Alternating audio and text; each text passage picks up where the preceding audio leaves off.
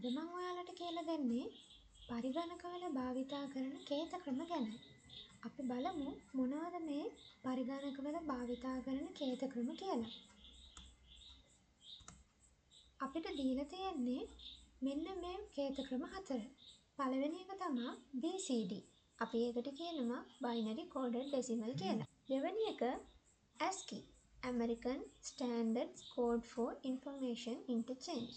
තුන්වෙනි එක EBCDIC, Extended Binary Coded Decimal Interchange Code.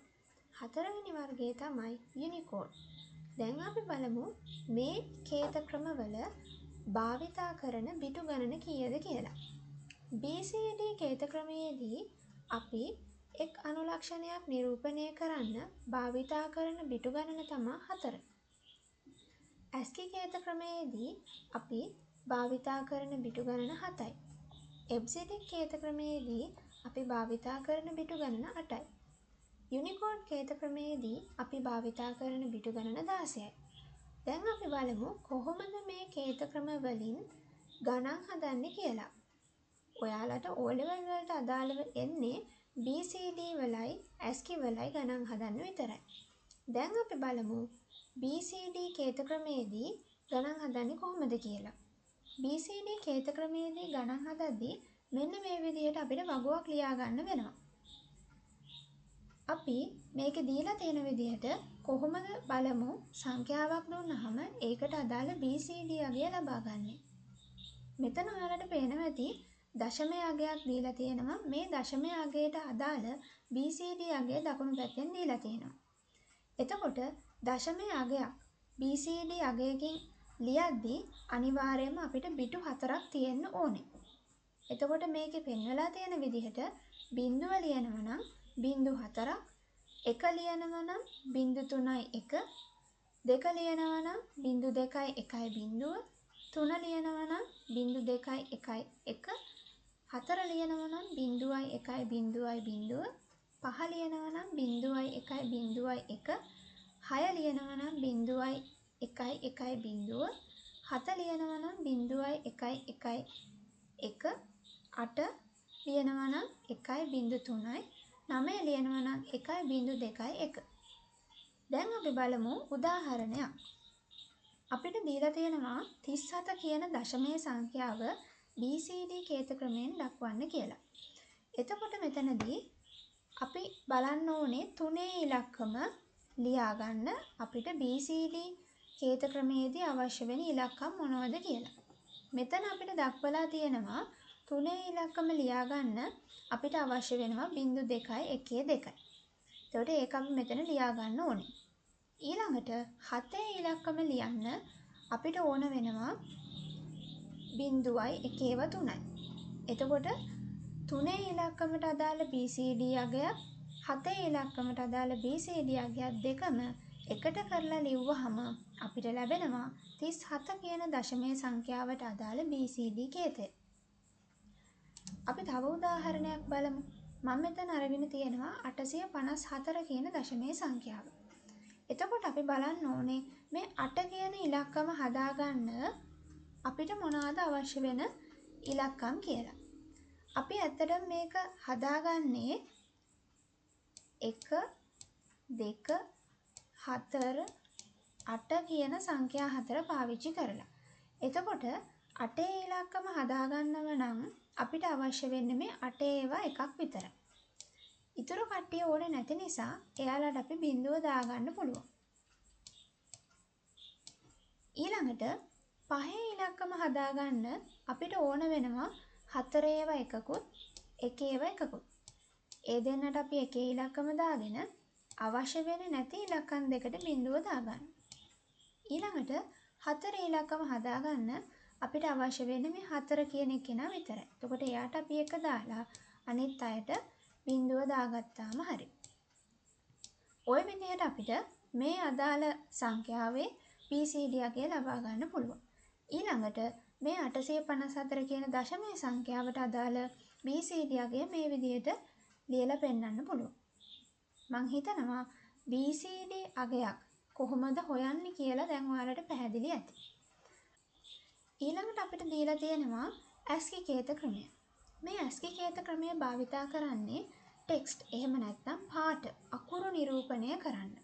එතකොට අපි පරිගණකයට අකුරක් ටයිප් කරාට පස්සේ අකුරක් ටයිප් කරලා ලබා දුන්නාට පස්සේ කම්පියුටර් එක ඇතුලෙන් මේ ලබා දෙන අකුරට අදාළ සංඛ්‍යාව හරව ගන්නවා. එතකොට මේ සංඛ්‍යාව තමයි අපි දැන් මේ හොයන්න යන්නේ. ඔයාලට ගණන් හදන්න ලේසි වෙන්න මම මෙතන පොඩි ටිප් එකක් දීලා තියෙනවා. කැපිටල් A අකුරට සමාන වෙන අගය තමයි 65. සිම්පල් A අකුරට සමාන වෙන අගය තමයි 97. ඒ අකුරු දෙක මතක තියාගන්න ගණන් හදනකොට ලේසි වෙයි. ඒ විදිහට බලලා අපි යමු උදාහරණයකට. මෙතන දීලා තියෙනවා ස්කූල් කියන වචනයට අදාළ ASCII කේතය ලියා දක්වන්න කියලා. එතකොට අපි ඉස්සෙල්ලම මේ අකුරට අදාළ අකුරු වලට අදාළ දශමයේ සංඛ්‍යාව හොයාගෙන ඉන්න ඕනේ. එතකොට මේකේ පෙන්නලා තියෙන විදිහට කැපිටල් S කැපිටල් A කියන්නේ 65 කැපිටල් S වෙනකන් අපි 65 ඉඳලා ගණන් හදලා බැලුවොත් කැපිටල් S වලට 83ක් ලැබෙනවා. ඊළඟට simple C simple H simple O simple L කියලා අකුරු ටික තියෙනවා. ඒවට අදාළව අපි ඒවට දශමයේ සංඛ්‍යාව හොයාගන්න ඕනේ. ඊළඟට අපි දෙවෙනි පියවර විදිහට කරන්නේ මේ ලැබුණු දශමයේ සංඛ්‍යාව ද්විමේය සංඛ්‍යාවකට පරිවර්තනය කරගන්න එක. තුන්වෙනි පියවර විදිහට අපිට කරන්න තියෙන්නේ මේ අදාළ අකුරු වලට ලැබුණු ASCII කේතය පිළිවෙලට ලියාගෙන යන්න ඕනේ. එතකොට ඔයාලා අමතක කරන්න එපා මම මුලදී කිව්වා වගේ මේකේ එක අනුලක්ෂණයක් පෙන්වන්න අපිට බිටු 7ක් අවශ්‍ය වෙනවා. ඊළඟට අපි බලමු මේ ASCII කේත ක්‍රමයෙන් පේපර්ස් වල කොහොමද ප්‍රශ්න ඇවිත් තියෙන්නේ කියලා. 2018 රචනා පේපර් එකේ මෙන්න මේ විදිහේ ප්‍රශ්නයක් ඇවිල්ලා තියෙනවා. සිම්පල් M අක්ෂරය ASCII වගුවේහි නිරූපණය වන්නේ 109 ලෙස නම් නෝ වදනේ ද්විමේය නිරූපණයේ එක් අක්ෂරයකට බිටු 7ක් යොදා ලියන්න කියලා දීලා තියෙනවා. එතකොට අපිට මේකෙදි මුලින්ම දීලා තියෙනවා යාලා සිම්පල් M වල අගය 109යි කියලා. එතකොට අපිට ඒ 109 කියන අගය පාවිච්චි කරලා N අකුරේ O අකුරේ දශමයේ සංඛ්‍යාව හොයාගන්න පුළුවන්. ඒ විදිහට බැලුවහම අපිට ලැබෙනවා N වලට 110ක්. ඒක අපි ද්විමේය වලට හරව ගන්න ඕනේ. ඊළඟට සිම්පල් O අකුරට ලැබෙනවා 111ක්. ඒක අපි ද්විමේය වලට හරව ගන්න ඕනේ.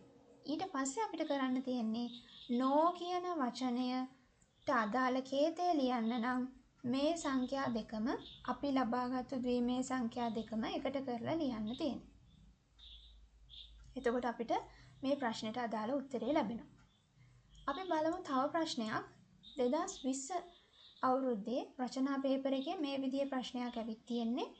කැපිටල් Z අනුලක්ෂණයෙහි ASCII කේතය ද්විමේය සංඛ්‍යාවක් දීලා තියෙනවා.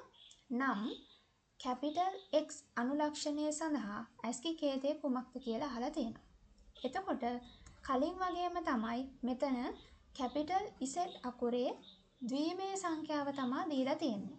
එතකොට අපි මුලින්ම කරන්න ඕනේ කැපිටල් X වල අගය හොයාගන්න නම් මේ දීලා තියෙන Z වල ද්විමේය අගය දශමයේ අගයකට පරිවර්තනය කරගන්න ඕනේ. එතකොට අපිට මෙතනදී ලැබෙනවා 90ක්. එතකොට Z වල අගය 90යි කියන්නේ X වල අගය 88ක් විදියට තමයි එන්න වෙන්නේ. ඊළඟට මෙතන අහලා තියෙන ASCII කේතය නිසා අපි මේ ලබාගත්තු 88 කියන දශමයේ සංඛ්‍යාව නැවත ද්විමේය සංඛ්‍යාවකට පරිවර්තනය කරගන්න වෙනවා. එතකොට ඔයාලට ද්විමේය සංඛ්‍යා දශමයේ සංඛ්‍යා වලටත් දශමයේ සංඛ්‍යා ද්විමේය සංඛ්‍යා වලටත් පරිවර්තනය කරන්න පුළුවන් නම් මේ ප්‍රශ්න වලට උත්තර ලියා ගන්න හරිම ලේසියි. අපි යමු තව ප්‍රශ්නයකට. මේකෙදි දීලා තියෙනවා ASCII කේත ක්‍රමයේදී කැපිටල් A අනුලක්ෂණය මේකේ දීලා තියෙන ද්විමේය සංඛ්‍යාවෙන් නිරූපණය වේ නම් තවත් ද්විමේය සංඛ්‍යාවක් දීලා කුමන අනුලක්ෂණයක් නිරූපණය කරනු ලබන්නේද කියලා අහලා තියෙනවා. එතකොට මේකෙදි දීලා තියෙනවා කැපිටල් A වලට අදාළ ද්විමේය සංඛ්‍යාව. ඒ ද්විමේය සංඛ්‍යාව අපි දශමයේ සංඛ්‍යාවකට හරව ගන්න ඕනේ. එතකොට මෙතනදී අපිට ලැබෙනවා 65 කියන සංඛ්‍යාව. ඊළඟට තවත් අපිට දීලා තියෙනවා ද්විමේය සංඛ්‍යාව. එතකොට මේ ද්විමේය සංඛ්‍යාවෙන් නිරූපණය කරන අනුලක්ෂණය මොකක්ද කියලා හොයාගන්න නම් අපි මුලින්ම මේ ද්විමේය සංඛ්‍යාව දශමයේ සංඛ්‍යාවකට හරවගෙන ඉන්න ඕනේ. එතකොට ඒක අපිට දශමයේ සංඛ්‍යාවකට හරව ගත්තාම අපිට ලැබෙනවා 68. එතකොට 65 කියන්නේ කැපිටල් A නම් 68 කියන්නේ කැපිටල් D කියලා අපිට ලැබෙනවා. එතකොට ඔය විදිහට තමයි මේ ASCII කේත ක්‍රමයේ දීලා තියෙන ගණන් හදන්නේ. ඊළඟට කතා කරන්න තියෙන්නේ EBCDIC කේත ක්‍රමය. මේ කේත ක්‍රමය පාවිච්චි කරන්නේ IBM mainframe computers වල. ඊළඟ වර්ගය තමයි Unicode. මේ Unicode කියන කේත ක්‍රමය පාවිච්චි කරන්නේ මේ Unicode කියන කේත ක්‍රමයේදී භාවිතා වෙන්නේ විවිධ භාෂාවල අක්ෂර. ඒ වගේම විශේෂ සංකේත හා රූප නිරූපණයට අපි භාවිතා කරන කේත ක්‍රමය තමයි මේ Unicode කියලා කියන්නේ. ඊට අමතරව රූපමය දත්ත හා ශබ්දමය දත්ත නිරූපණයටත් Unicode භාවිතා කරන්න පුළුවන්. මම හිතනවා ඔයාට අද පාඩම තේරෙන්නේ නැති කියලා.